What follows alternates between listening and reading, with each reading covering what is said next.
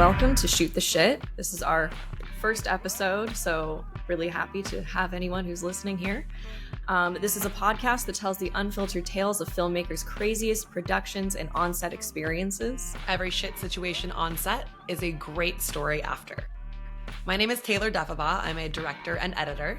And I'm Kristen Kurtzner. I'm also a director and editor and a creative producer here at No Longer Network. And today we are joined by Micah Johnson to talk about his experiences on set. So hi, Micah. Welcome. Hello. Thanks so much for being here. Yeah, thank you. Thank you for having me. You want to tell us a little bit about yourself and your filmmaking career? Sure. I am an assistant director. I graduated from USC in December of 2017.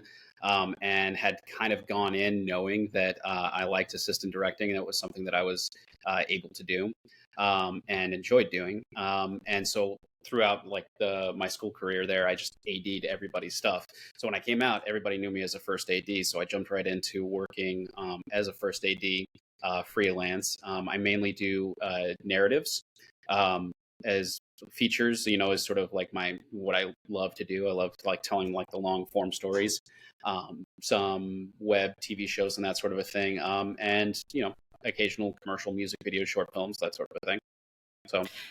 So real quick, just because we might have viewers who don't really know exactly what the role of an AD is, can you just give us a rough breakdown of what your daily life is like? Sure. Set? So the first assistant director, my job is to schedule the film and to coordinate with all of the departments and try to make sure that that schedule makes sense, first of all, and that it's something that goes smoothly. And so I'm making the paper plan. And then on the day, I'm the person that is basically beating the drum of the rhythm of the ship as it goes along there. And so, it's you're making the schedule and trying to help the whole production stick to it. Right. Yeah. It sounds like a lot of responsibility and almost like you're the hub of communication when it comes to every other department on set. Yeah, exactly that. It's I'm the one of the things that I really enjoy about being the first AD is that it feels like I'm the person that has to balance on top of a swirling ball of chaos. I'm in the center of a tornado kind of a so thing. You like that? Okay, all right. I do enjoy that. It's something wrong with me. Chaos. Yeah, that's your ideal workplace and environment. Exactly. Yeah. I mean, if something isn't almost completely disastrous, I get bored. So. Well, we love disasters here because we love to talk about them and we love to hear about them. So based off of your experience as an AD, what are some disasters that you've been through? Yeah. that you would like to share with us? Sure.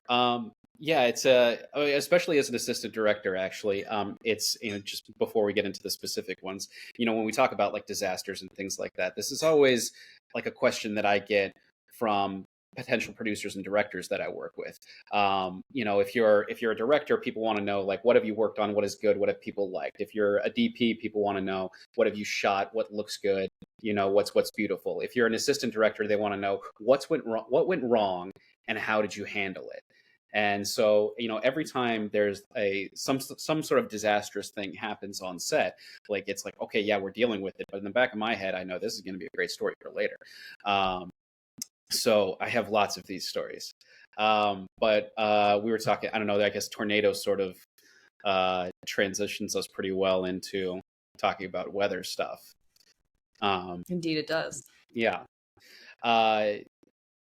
Weather is one of those things where, hand of God comes in, right? And it's nobody's fault. And you try to anticipate, if you can, but sometimes it's there's no way to anticipate things.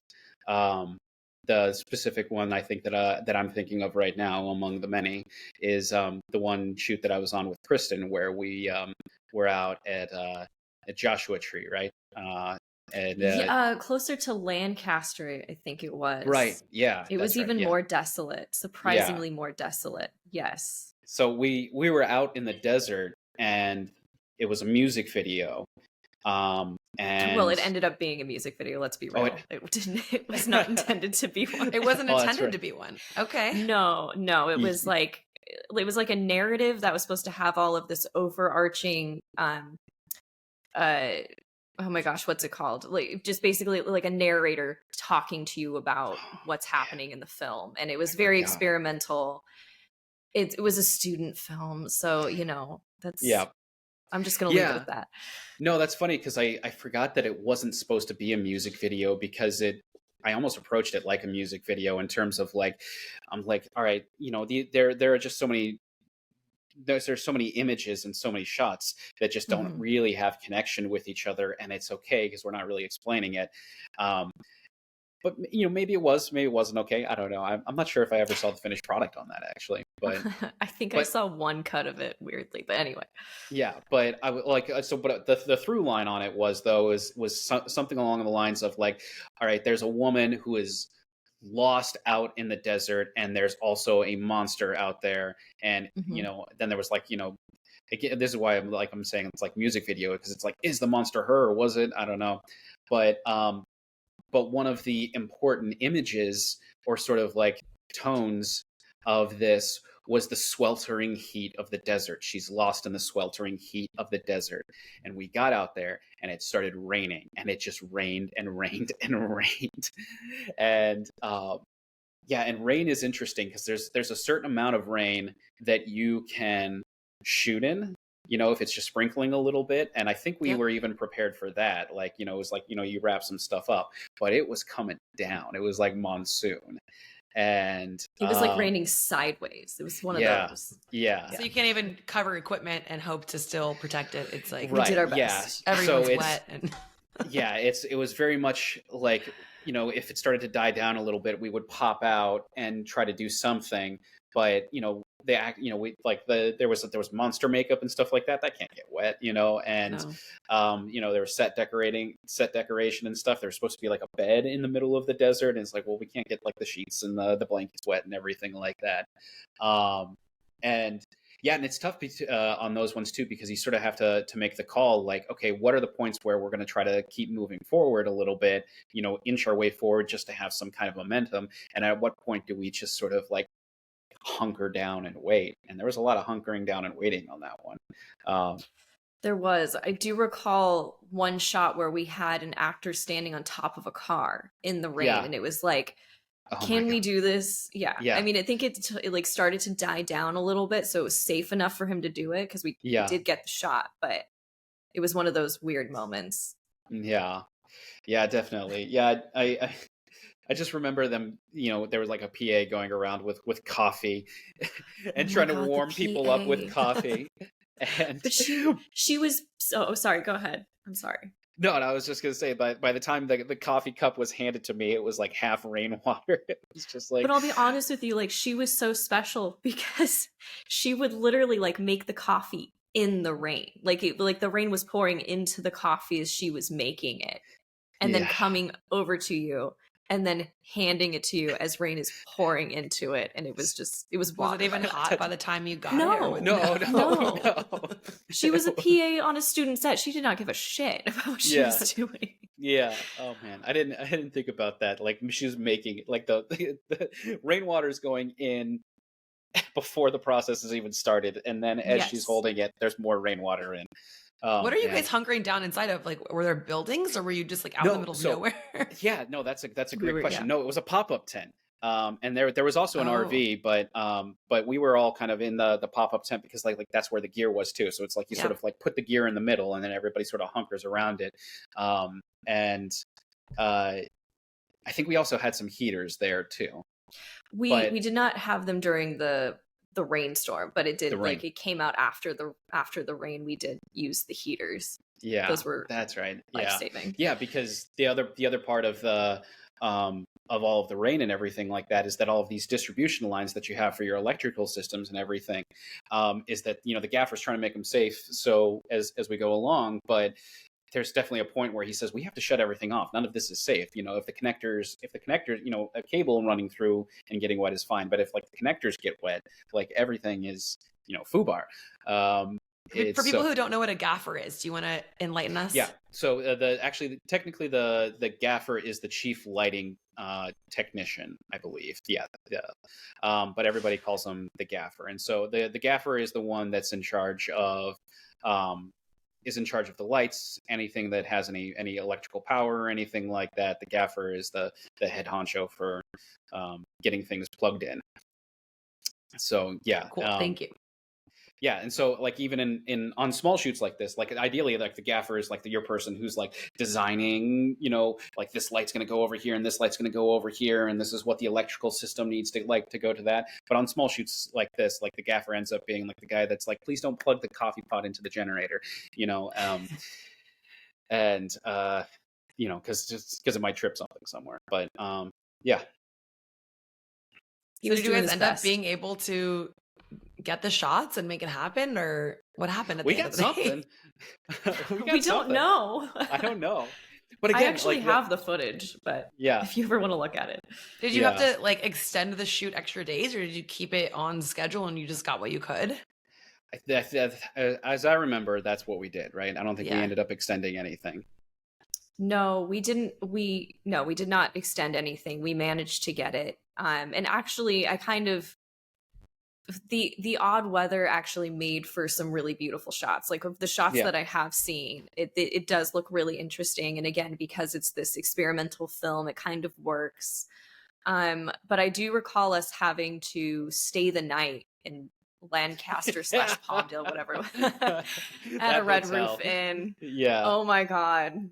It was like a horror story. It really was. Yeah, like flickering lights and boy, that was just a special time. Well, it sounds like it was supposed to be a horror story, so you guys really were living it. Yeah, that's true. That's really true. Monster. It's the Meisner technique, isn't it? Yeah.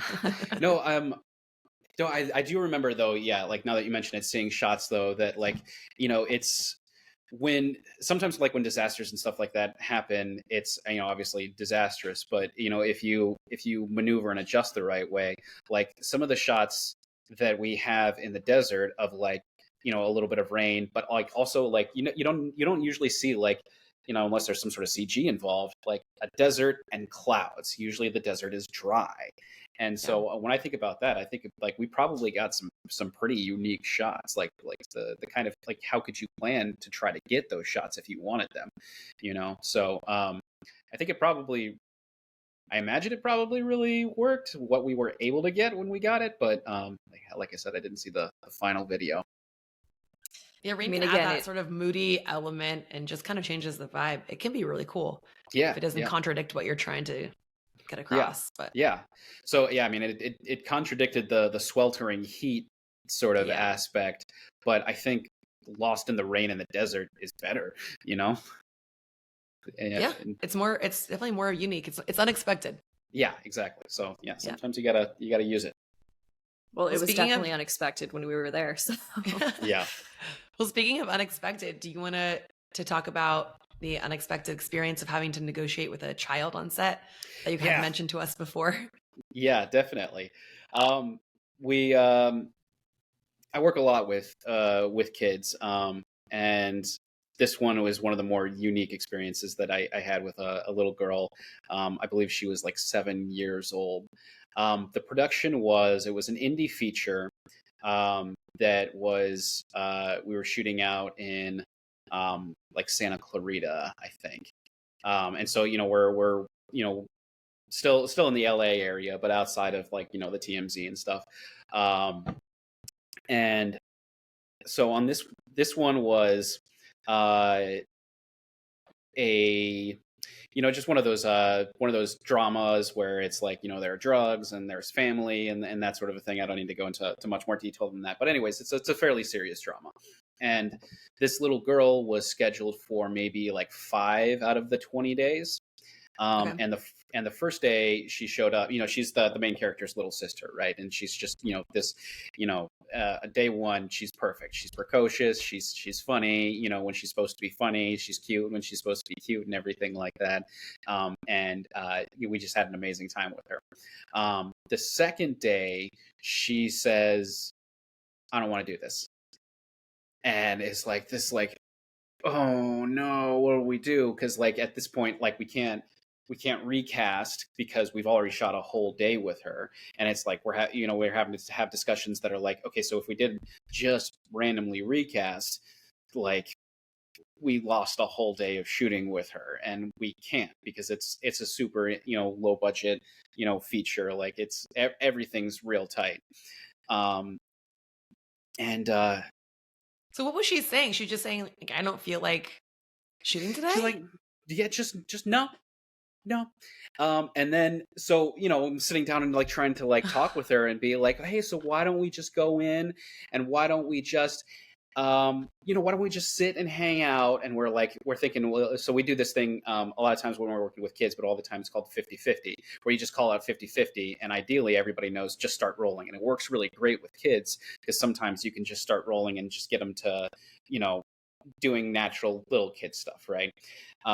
And so that was our hope, is that maybe we could just like even get her in to the set, Yeah. and she wouldn't even go into the set. And so at some point I'm having this conversation with her, and she goes, I'll do it for $500. And we're like, what? And she's like, you've got to pay me money. I want money. She girl bossing. Yeah, I was like, okay, oh my God. respect. She's but hustling you. Yeah, and we're like, we're like, well, we are paying you. You are getting paid, but it's we'll be sending a check later. And she's like, no, that's going to my mom. I want $500 right now. Like she wanted cash money right now, and we were like, oh no. And then this is I don't know how to handle that properly, because on one hand, it would have been just so easy to be like, sure, $500, yeah, we'll give it to you after, but I feel bad about, like, I don't want to like blatantly lie to a child. I'm okay with like, sort of dissembling or sort of like, bending the truth a little bit, but like, this, we also had more days to shoot with her. If she got to the end of the shoot day and someone had promised her $500 in her hand and she didn't have $500 in the hand, who knows how those other 3 days would have gone. And then what was the other thing she said? The other thing she said was, I am a queen, so I get to do what I want.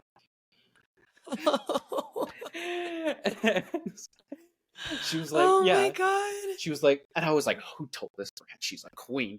A little diva at age, what, 7 or 8? She was a little diva.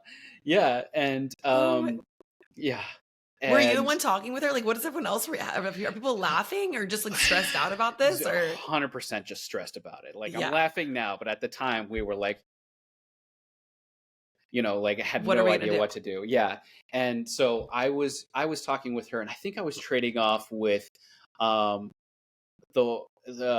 wardrobe lady.